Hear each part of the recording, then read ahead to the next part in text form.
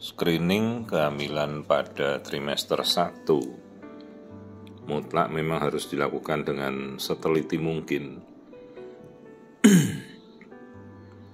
Ini kasus di mana si ibu telah melakukan pemeriksaan genetika. Dengan hasil genetikanya kelainan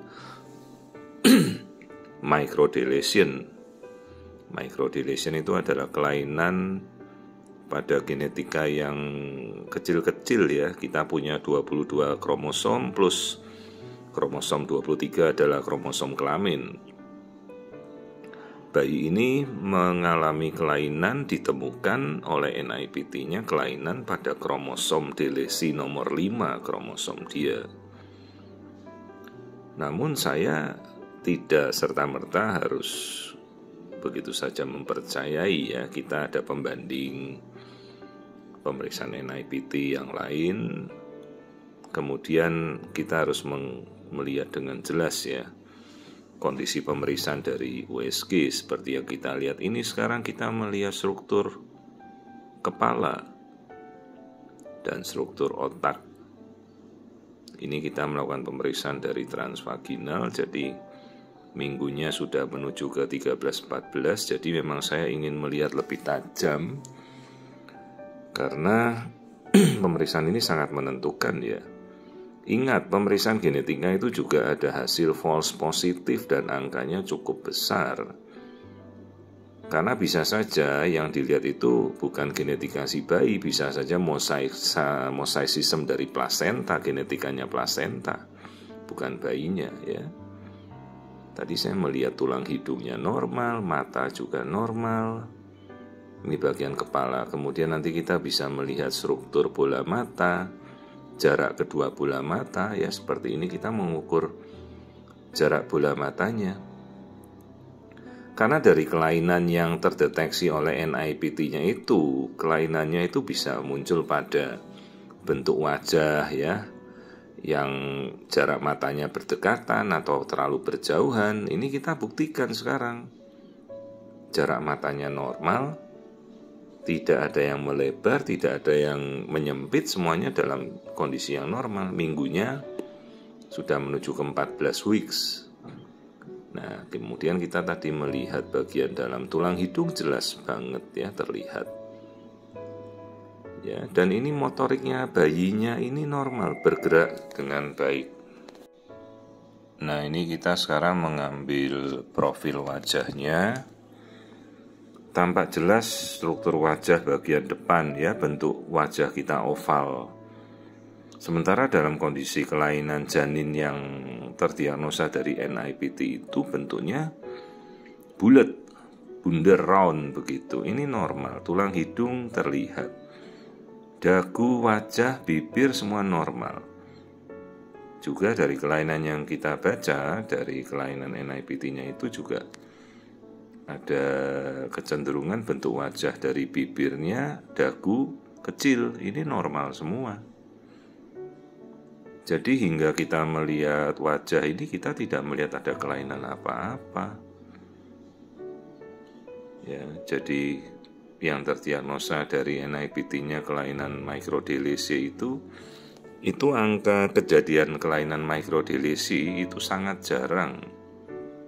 1 banding 10.000 bisa sampai 1 banding 100.000 kasus. Terus kenapa dicek dok kok sampai microdeletion padahal janinnya normal ya? Karena itu hati-hati pada saat kita menentukan pemeriksaan genetika ya. Dipastikan dulu keperluannya untuk apa kan ya. Apa perlu sampai kita ngecek sampai yang level-level yang microdeletion, artinya di atasnya mau ngecek Down syndrome dari macam-macam lah, begitu ada sesuatu hasil kita jadi bingung juga ya. Jadi pastikan dulu dengan pemeriksaan semuanya normal ya. Seperti ini kita melihat jantung, 4 ruang jantungnya normal ya. Sementara kalau kelainan microdeletion, jantungnya biasanya ada kelainan. Ini kita tidak melihat. Jadi sejauh yang kita lihat dari awal sampai sekarang baru melihat jantung ini, kita nggak menemukan ada kelainan apapun. Ya, ini minggunya 14 weeks. 4 chamber view artinya 4 ruang jantung. Ya, kita punya 2 bilik, 2 serambi. Nah, ini kita lihat kembali profil bayinya ya, dia sudah bergerak aktif dan kondisi janin dalam kondisi kelainan genetika yang ditemukan ini, dia berhubungan dengan gangguan motorik ya, gangguan mental. Nah, ini kita lihat pergerakan bayi motoriknya baik ya. Ingat USG itu kita bukan pemeriksaan genetika ya. USG itu kita membuktikan kondisi bayi secara langsung dari fisiknya, dari apa yang dia tampilkan.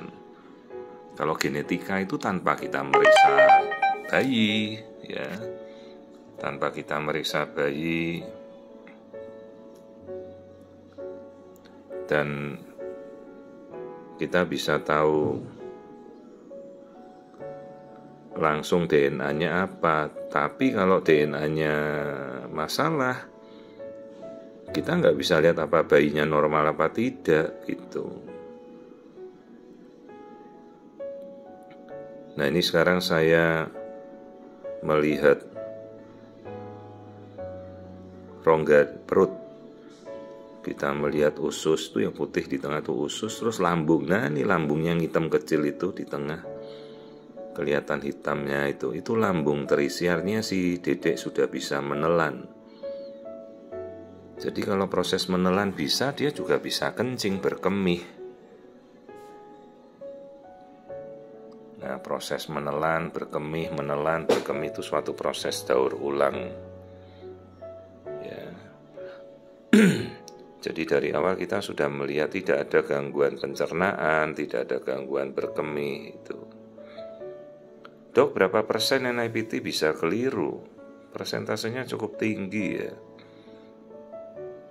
Karena kita hanya mengambil DNA yang berada pada ibunya. Kalau ibunya sebelumnya keguguran, hati-hati, bisa saja DNA itu bercampur dengan DNA kehamilan sebelumnya. Nah, ini bayinya kelihatan laki-laki, padahal ini baru 13 minggu. Kita udah bisa melihat kelamin.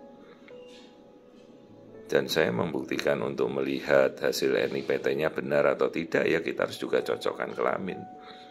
Nah, ini mulut rahimnya tertutup rapat. Bagian depan dinding rahim ibunya sesar 2 kali ya, aman. Tidak ada plasenta previa, tidak ada ari-ari yang menutupi jalan lahir, dan bekas sesarnya bagus. Kita coba melihat profil wajah.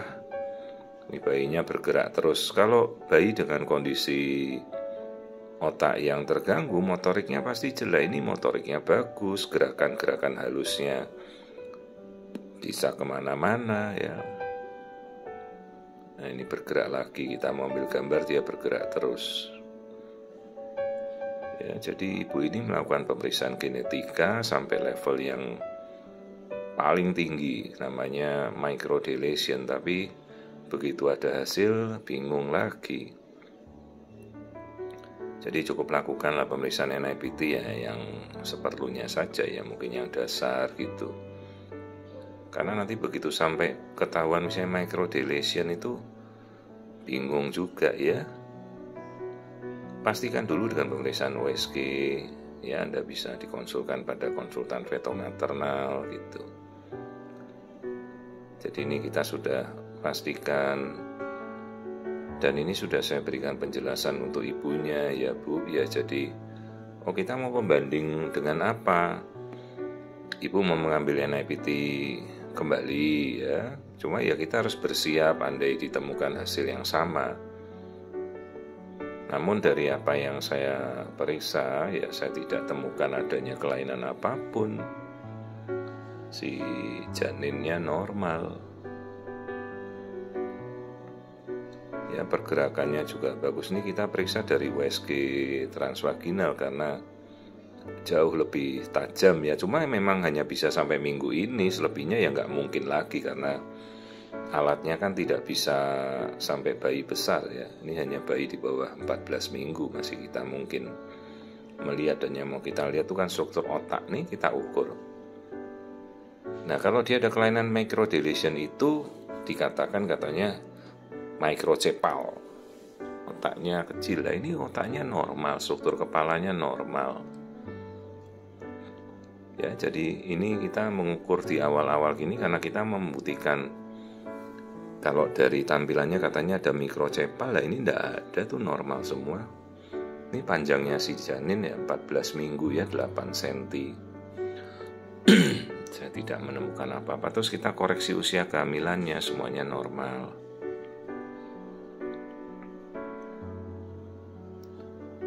Nah, kemudian kita kembali lihat kondisi yang lain. Tadi saya udah lihat jantung. Ya, 4 ruang jantung sangat-sangat terlihat tadi, normal semua. Jadi saya tidak menemukan ada kelainan apa-apa. Ini kita ukur lingkar perutnya juga sesuai ya, 14 weeks. Jadi tadi saya sampaikan pada orang tuanya, Bu, saya tidak melihat ada kelainan apapun ya. Jadi jangan khawatir dulu dengan hasil NIPT yang microdeletion itu. Pertama, angka insidennya sangat-sangat kecil, resiko false positifnya juga besar ya, besar, tinggi sekali. Jadi kalau tidak ada keperluannya ya untuk apa sampai level microdeletion, Bu, cukup yang dasar saja. Dan itu kita sudah cukup melihat dari tampilan yang kita lihat ini, saya tidak menemukan ada kecurigaan apapun ya. Dan ya ibunya sekarang sudah bisa lebih tenang ya, semuanya terlihat normal.